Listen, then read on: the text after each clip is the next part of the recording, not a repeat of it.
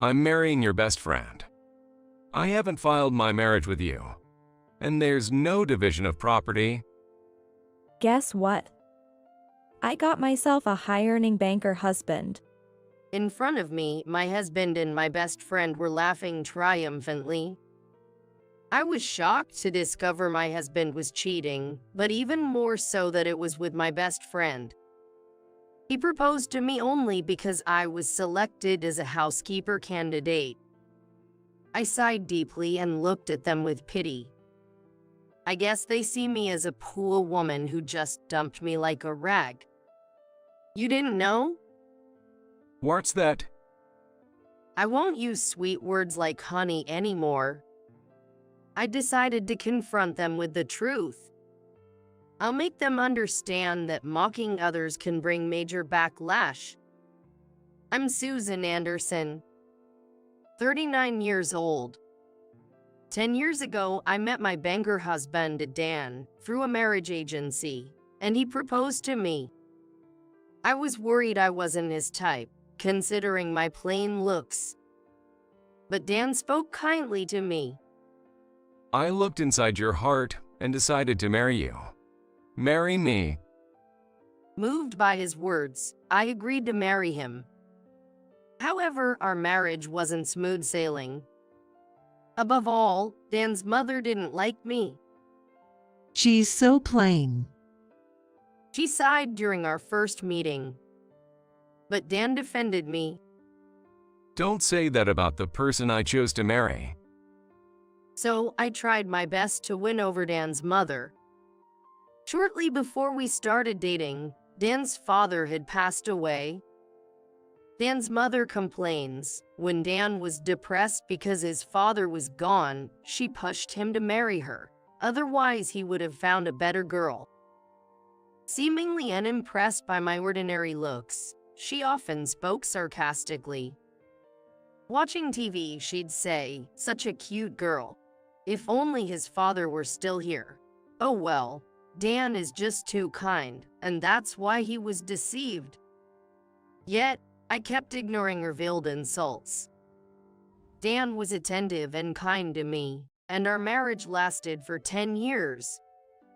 One day, as Dan and I were shopping at an outlet mall, someone tapped me on the shoulder from behind. Hey, there. Susan, right? Long time no see.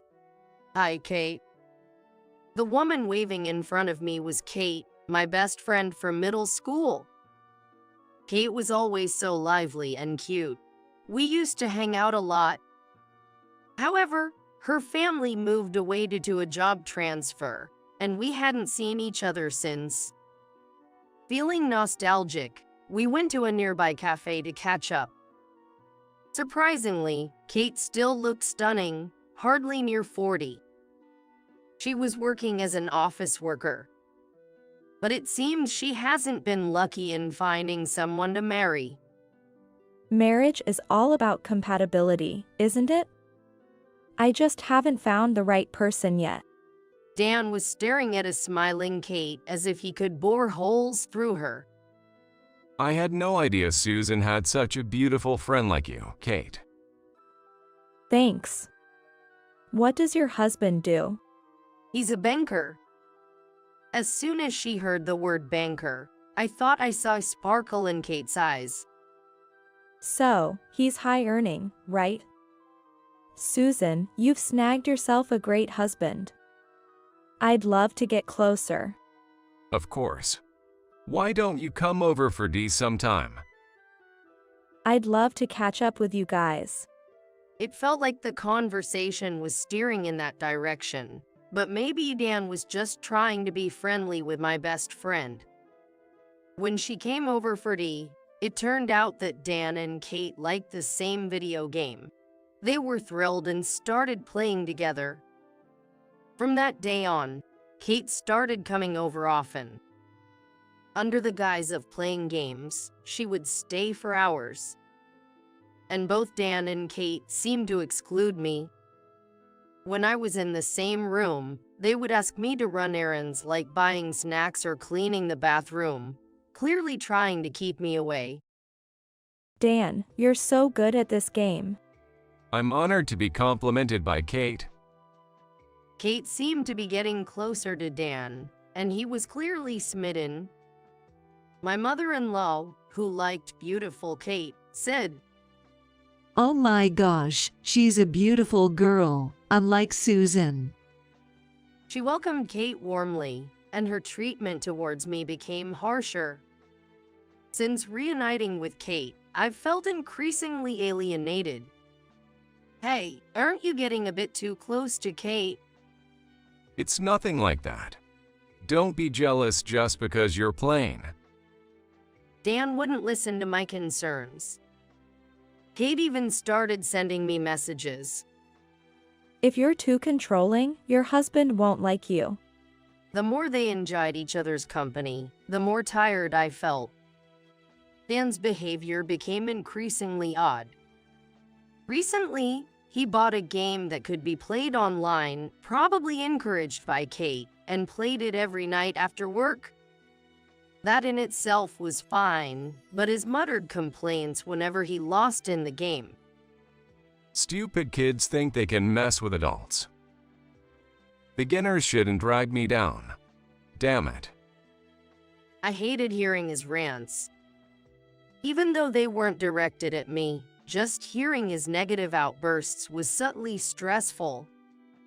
He never lashed out at me or took his frustrations out on physical objects. Still, whenever Dan started his tirades, I'd escape to the next room and put on headphones to listen to music.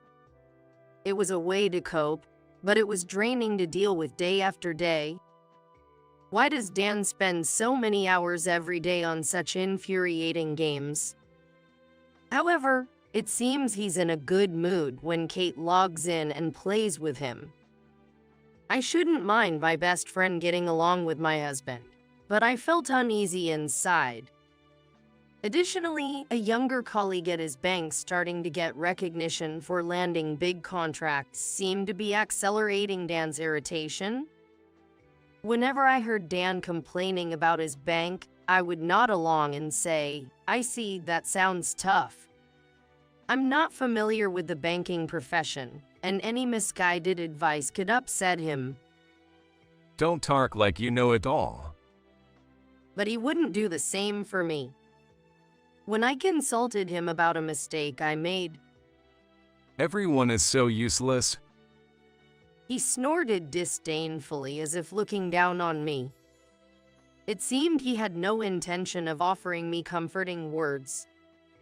Feeling this, I focused on Dan and remained silent for a while. He looked uncomfortable and went to the bedroom. From then on, our relationship gradually worsened. He even began to criticize the meals I made for him. Chowder and boiled vegetables again. I don't want to eat this country-style food. Don't say that. You're already not getting enough vegetables as it is. I don't want to eat old lady food. I'm going out to eat. As the distance between us grew, so did Dan's frequency of contacting Kate. He seemed to be going out fruity with Kate often, and I found it unpleasant. Hey, are you going to see Kate again? You're married, you should think a little. What's that supposed to mean? Are you imagining our suspicious relationship? Trying to stop him only made his mood worse. It's just game advice between friends, it's fine. Kate said that, trying to reassure me, but my anxiety only grew inside. Dan remained arrogantly dismissive of my concerns. Somehow, he started speaking ill of others loud enough for people to hear. Once, we went to a diner for a limited-time steak special, and there was a father with 2 kids sitting next to us. The kids were genuinely adorable and friendly, greeting us with smiles, creating a warm atmosphere in the diner. While I was ordering, Dan seemed to be listening to the family next us and started mocking them to me. Looks like he's a single father. Probably can't expect him to earn much. Hey, what are you suddenly talking about? Maybe his wife ran off. He still wears a ring, probably still hung up on her. A meanness was evident on Dan's face. Was he always like this? You shouldn't say things like that so thoughtlessly. Everyone has their circumstances. It seemed that my quiet admonition angered him. Next, Dan turned to speak to the children. Is your mom not around? That's sad. The father smiled wryly in response. She passed away last year due to illness. Sorry to bring up such a gloomy topic. I thought she'd left him. It's boring. I'm getting out of here before his bad luck rubs off. Normally, you'd apologize for leading the conversation in such a direction. I felt so embarrassed my face could have caught fire. How could he say such things? The wait staff had overheard the exchange, and I couldn't bear to stay any longer. After apologizing to the family, we left the restaurant as Dan wished. Fortunately, we had just ordered, so the food hadn't been made yet, and we could cancel it. When we got home, I confronted Dan. Why would you say something like that? Didn't you think that was rude? But it's the truth. Are you on the side of such a poor father? Or are you having an affair with him? I was shocked by Dan's outrageous accusation. He had never been like this before. I was beginning to lose any vision of a future living with Dan. And as if things couldn't get worse, my mother-in-law, Nancy, slipped on a riverbank during her walk and broke her leg. The surgery was successful, but she had to do her rehabilitation at home. I was supposed to take care of my mother-in-law, but she behaved inappropriately toward me, her caregiver. Hurry up with the meal. You're such a slow, Susan. Nancy, walking to the living room can also be part of your rehab. Oh my, are you trying to make a frail old woman walk? What a monstrous. Nancy was immovable and always complained to Dan about me, which led to me being scolded by him when he got home. Hey, Mom can't move right now. Aren't you being heartless? But the doctor said she needs to move or her legs will stiffen up. I don't want excuses. Just remember, if anything happens to Mom, I won't forgive you. Dan, who should be the one helping, did nothing. Honestly, taking care of his mother alone was a huge burden for me. Dan started staying away from home more, using work as an excuse, saying my exhausted appearance was depressing. Even when I talked to Kate about it. You really need to take good care of Dan's mom. That's his wife's duty, right? She said that, taking Dan's side. My mental stress kept building up. After 6 months, I had lost 44 pounds due to the stress of caring for my mother-in-law. Thanks to my care, my mother-in-law was able to walk a little around the neighborhood. I was originally a bit overweight, but I had quickly dropped below average. The weight loss wasn't intentional, and with the added stress and lack of sleep, I looked more gaunt than thin. One holiday, I looked in the mirror and realized I needed to do something about my miserable condition. After taking care of Nancy for 6 months, I lost 44 pounds. So, I need new clothes because mine don't fit anymore. Could you look after Nancy next Saturday while I go shopping? You're always home. Any clothes should be fine. You're not planning to cheat while leaving Mom with me, right? You should be thanking her for your improved figure. I was speechless. Despite caring for his mother and managing all the household chores for 2 months, he objected even to me spending just 1 day to buy new clothes and get my overgrown hair cut. What am I to him? Am I supposed to feel this miserable without a single word of sympathy? With that thought, tears began to well up, and I started crying. Dan looked thoroughly disgusted and offered no comfort. Stop it. You're making me sick. I'm leaving now. With that, he left the room. And then, unbelievably, he came back with Kate. Kate was hanging on Dan's arm, looking down at me. Their behavior was clearly not just friendly. Then Dan dropped a bombshell. I'm marrying your best friend. I haven't filed my marriage with you. And there's no division of property. Dan raised his chin with a triumphant look, and Kate, That's right. I've snagged the high-earning banker husband. she looked pleased with herself.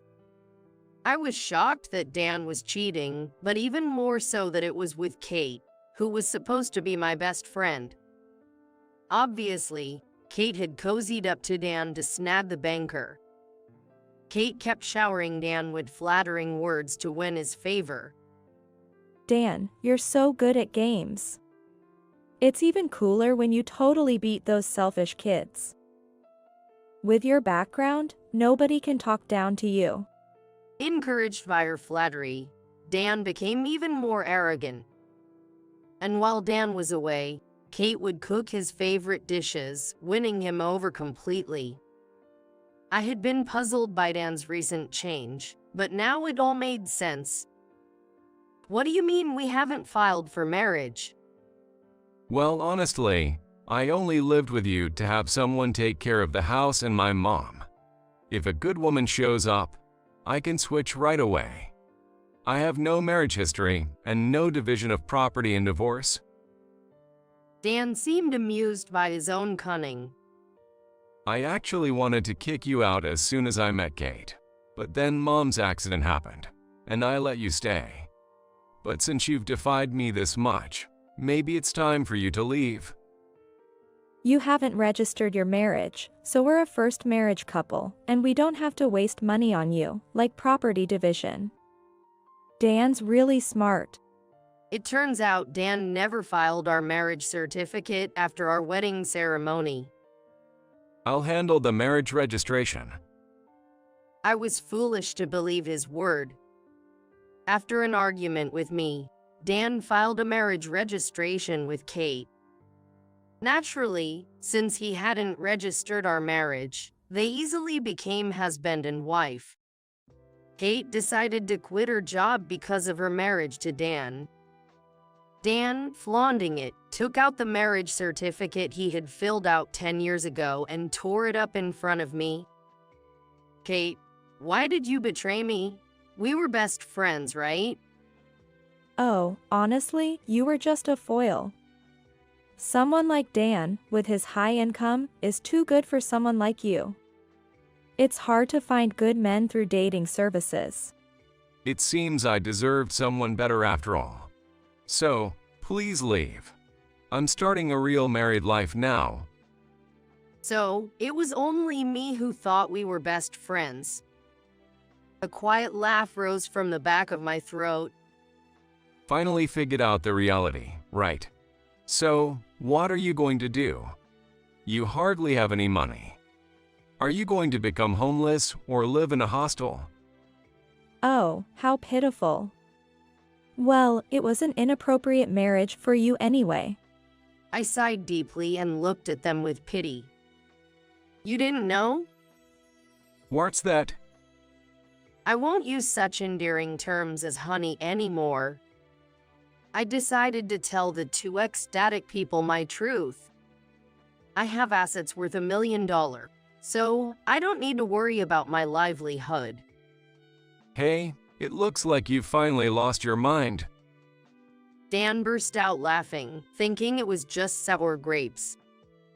It's understandable, given what they thought of me up to now. I'm not crazy, and I knew you hadn't filed the marriage certificate. What? One day, while I was taking care of his mother and Dan wasn't around, I cleaned his room. Then, in the back of the closet, I found something like a wooden safe. It was an old model, and during cleaning, the lid opened, and I saw what was inside. The contents were a marriage certificate application with names filled in. Why would something like this be here? Hadn't it been submitted? It couldn't just be forgotten if it was secured like this. My mind was in turmoil. I couldn't confront Dan easily, and I didn't want to arouse suspicion, so I put the marriage certificate back where I found it. While I was figuring out Dan's intentions, I overheard him on a speakerphone call with his mother. So, how are things going with her? Yeah, I'll be getting rid of that wife soon. Yay, you're smart. And to think she didn't realize the marriage wasn't filed. It's a good thing too, since our valuable assets won't go to such a wife. I couldn't believe it. I had married Dan because I loved him, but he never intended to actually marry me. Using taking care of mom as an excuse. Her hair's a mess, full of age spots, glasses, and no makeup. Honestly, her appearance has gotten even worse. She is not fit to be my wife. Hearing those words from Dan chilled me to the bone. The voice coming from the speaker was too cold. This explained the mystery of the marriage certification found in the safe. I realized I was going to be discarded after being broken. With that thought, I bought a used computer and started improving my skills to become independent. While caring for his mother, I spent most of my time at home working on the computer. I bought programming books at the bookstore, read them thoroughly, and put them into practice. Soon, my desk was surrounded by books on programming languages. It seems I had a good affinity with computer programming languages like Java and C++, as I had progressed to developing apps. As I learned marketing techniques on social media and released several one-off games, they hit it off and started generating revenue. When I timely posted video tutorials on these games, ad revenue started rolling in too. Thanks to this, I began receiving programming contracts from companies. As my income exceeded the limits of a sole proprietorship, I formed a company under my name and managed the finances through it. App development doesn't stop at launch. They need maintenance and frequent updates, and handling these meticulously has been well received. Even while being heavily tasked by my mother-in-law, I had a goal and managed to persevere. I used online banking for managing my savings, so I rarely needed to visit the bank in person. I had requested the bank employees not to disclose my earnings to Dan, so he had no idea about the money I was making.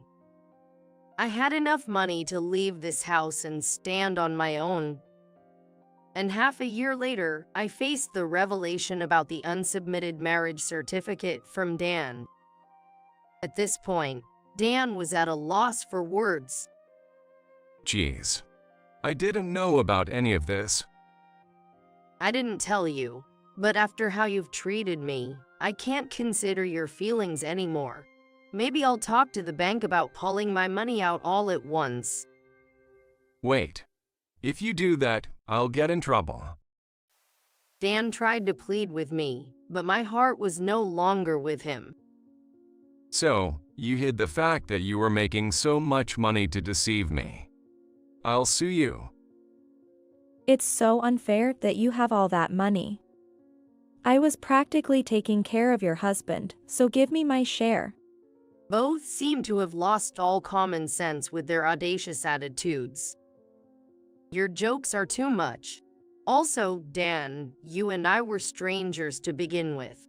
Even if we were in a common law marriage, your actions are all written down in my diary, and I've recorded this conversation on my phone.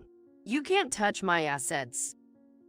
With that, I picked up my bags I had prepared in advance and left the house. ignoring their clamor behind me.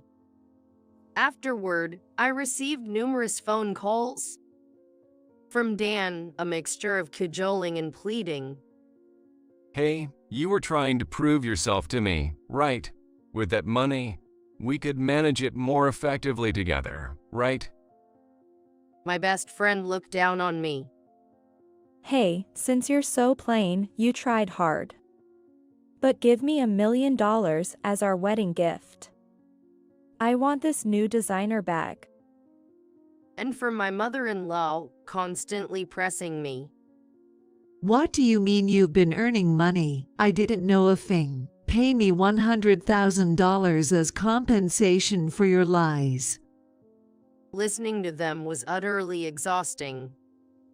Please do the household chores yourself from now on. I won't assist you. According to you, I'm a woman who exploits men's weaknesses, so it's better if we cut ties, right? What are you saying? Such a disrespectful, Susan. I'm no longer your daughter-in-law, and I'm stopping my contributions to the household expenses. You'll just have to manage somehow. Good luck. During the time I cared for his mother, there were many expenses, but Dan hardly contributed.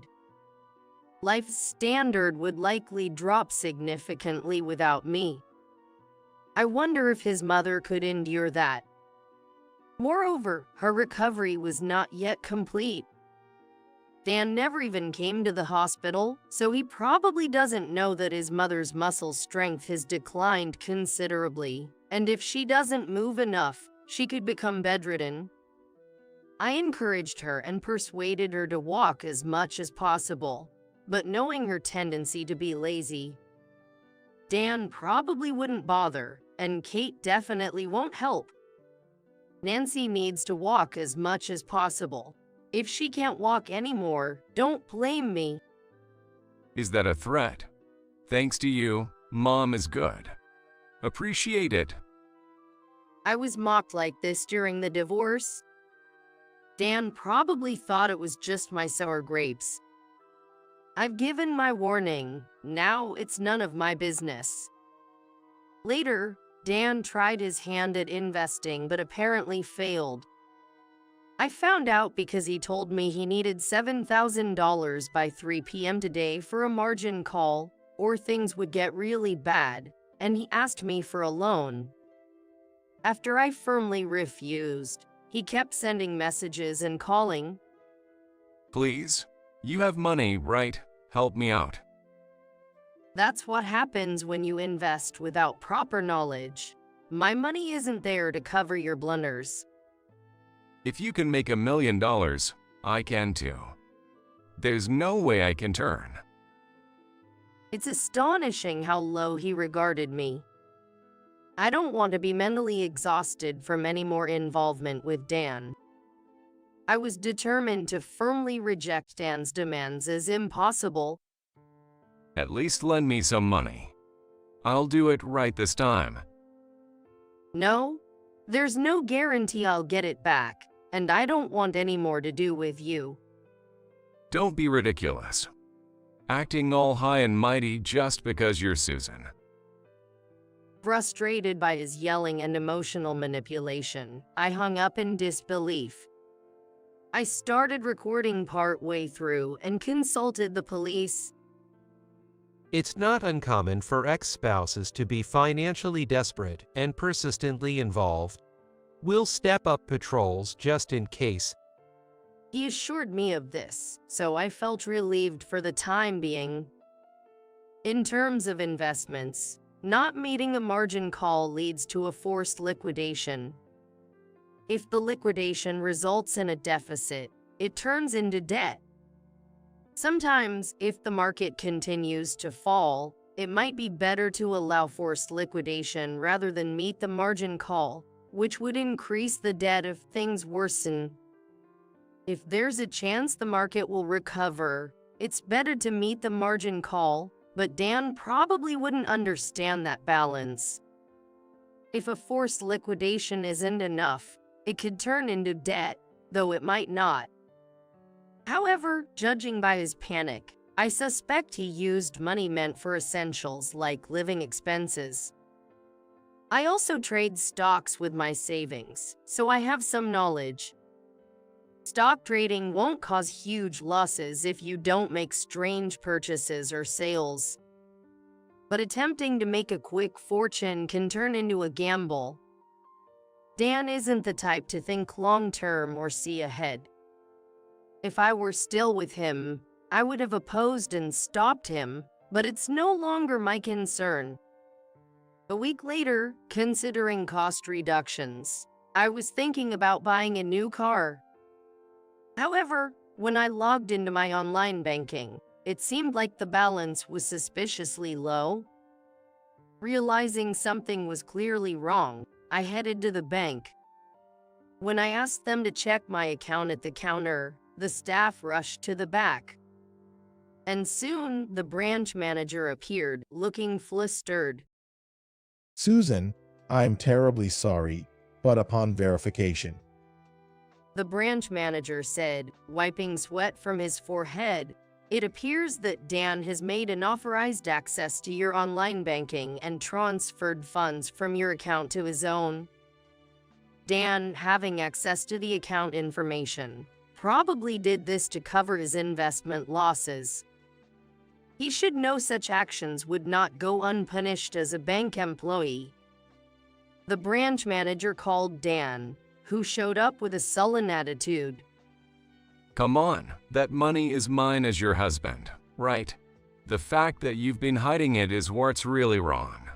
So I confiscated it. Any complaints?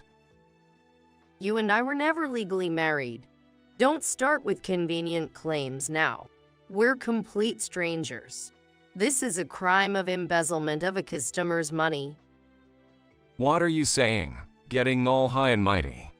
Branch manager, don't listen to her. It was just alimony from the divorce. The branch manager's angry voice echoed in the reception room. what are you even saying? Don't you think that's outrageous? What? Did I really do something that bad? After Dan's egregious remarks towards me, a customer, the branch manager scolded him. Naturally, it couldn't be hidden any longer, and they had to call the police. That's when Dan finally began to panic. The police. Why? I've been working hard for this bank. You can't just do something like this and expect to get away with it. The shouting continued in the reception room, and ultimately Dan was taken away by the police. Since Dan's assets couldn't cover the full amount, the bank agreed to cover part of the repayment. The incident was significant enough to be reported in the local newspaper, resulting in Dan losing his job. He had been respected in the neighborhood for his position as a banker, but now he was unable to stay at his home. With no money left, he moved to a cheap apartment while looking for a job. However, his name had been published in the newspaper, so any company that found the article turned him away. If you had just kept quiet, by now I'd be rich. My career is ruined because of you. I blocked his phone number, so now he sends endless resentful emails, which I ignore. Kate also keeps contacting me. You're just making pointless trouble. Thanks to you, being a banker's wife is over. You're just looking down on us because we have no money. I guess these peoples don't know the word deserved. Thankfully, the branch manager's sincere apology convinced me to continue banking with them. The fault lies with Dan, not the bank. I decided to forget about Dan and his group for a while and focus on my own work. I started investing the money I earned, and it appears to have gone well as it has now reached about $5 million. Work became too much for me to handle alone, so I began recruiting staff online. Soon, graduate students and skilled engineers started to join me. Among them was a single father I recognized. The same man Dan had once ridiculed at the diner. He had started engineering from home so he could take care of his children. I'm still no substitute for their mother, but I don't want my children to feel deprived. I apologized for Dan's past rudeness. He forgave me, saying that those words had spurred him on even more, but at the time, I was so embarrassed I could have died of shame. While busy managing my company, I unexpectedly ran into Dan as I was returning from a client meeting. He had changed so much that I didn't recognize him at first. He fell to his knees in the middle of the street when he saw me. Susan? Is that you, Susan? Please, I need to talk. Stop it, not here. Given the public setting, I agreed to listen to him inside a cafe near a police station. As it turned out, he was after money and a possible reconciliation. It seems Dan is having trouble even at his newly secured job.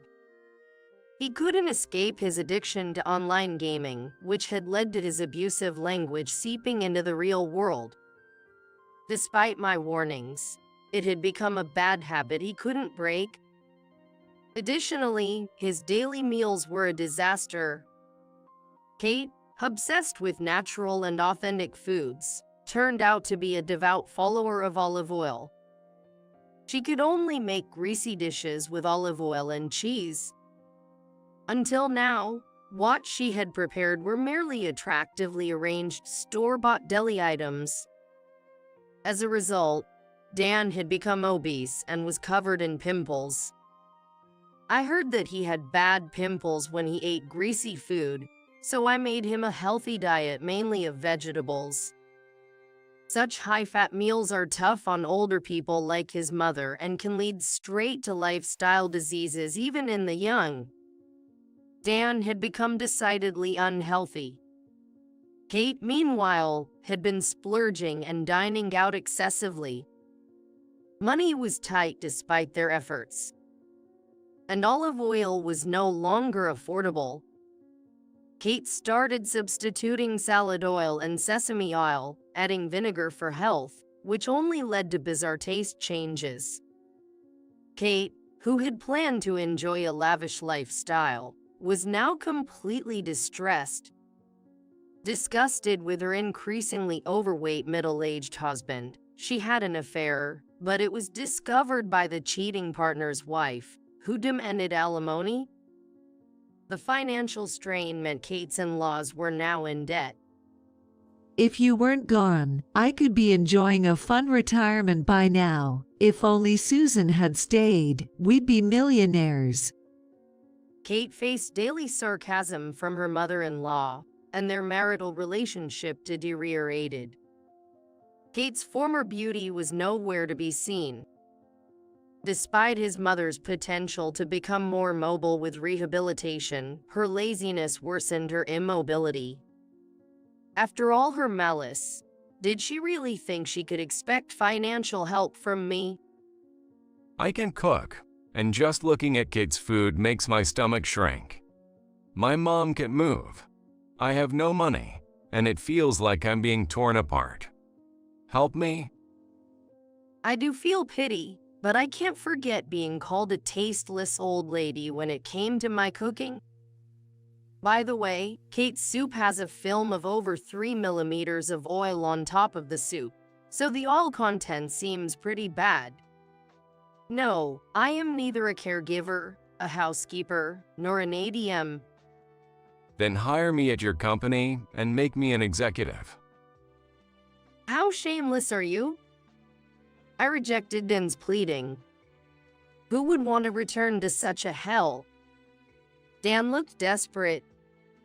Sure, I cheated, but it was just once, and if you round it down, that makes 0. So, I haven't cheated at all. Let's be husband and wife again. I'll dump her. But obviously, someone who fakes submitting a marriage certificate speaks differently. I ignored Dan and left the cafe. Then, Dan started trembling and having convulsions. If I still cared about him, I might have panicked and called for an ambulance. But looking at him more coldly, I saw him saying it's painful, while sneakily glancing over at me. I was so appalled I couldn't say anything. When I walked outside, he hurried after me but retreated when I entered a police station. I had recorded our conversation just in case and sent it to Kate. He said let's be husband and wife again, but we were never married to begin with, and now your husband is contacting me. What? That bastard. He's betraying me. Despite her own infidelity, Kate was absurd in her own right. It seems the relationship between Kate and Dan, newlyweds, had quickly soured. I hired new security staff and deleted Dan and Kate's contact information. Now, thanks to stocks and investments, my company is operating smoothly without financial difficulty. The single father at my company seems to be managing well with his salary, covering his children's tuition and living expenses. Although I'm busy with work, I'm living a much more fulfilled life than when I was with Dan. Susan, I need you to look at this program. Okay, I'm coming. I put away the programming reference book that was worn out from overuse and headed to my employee's desk.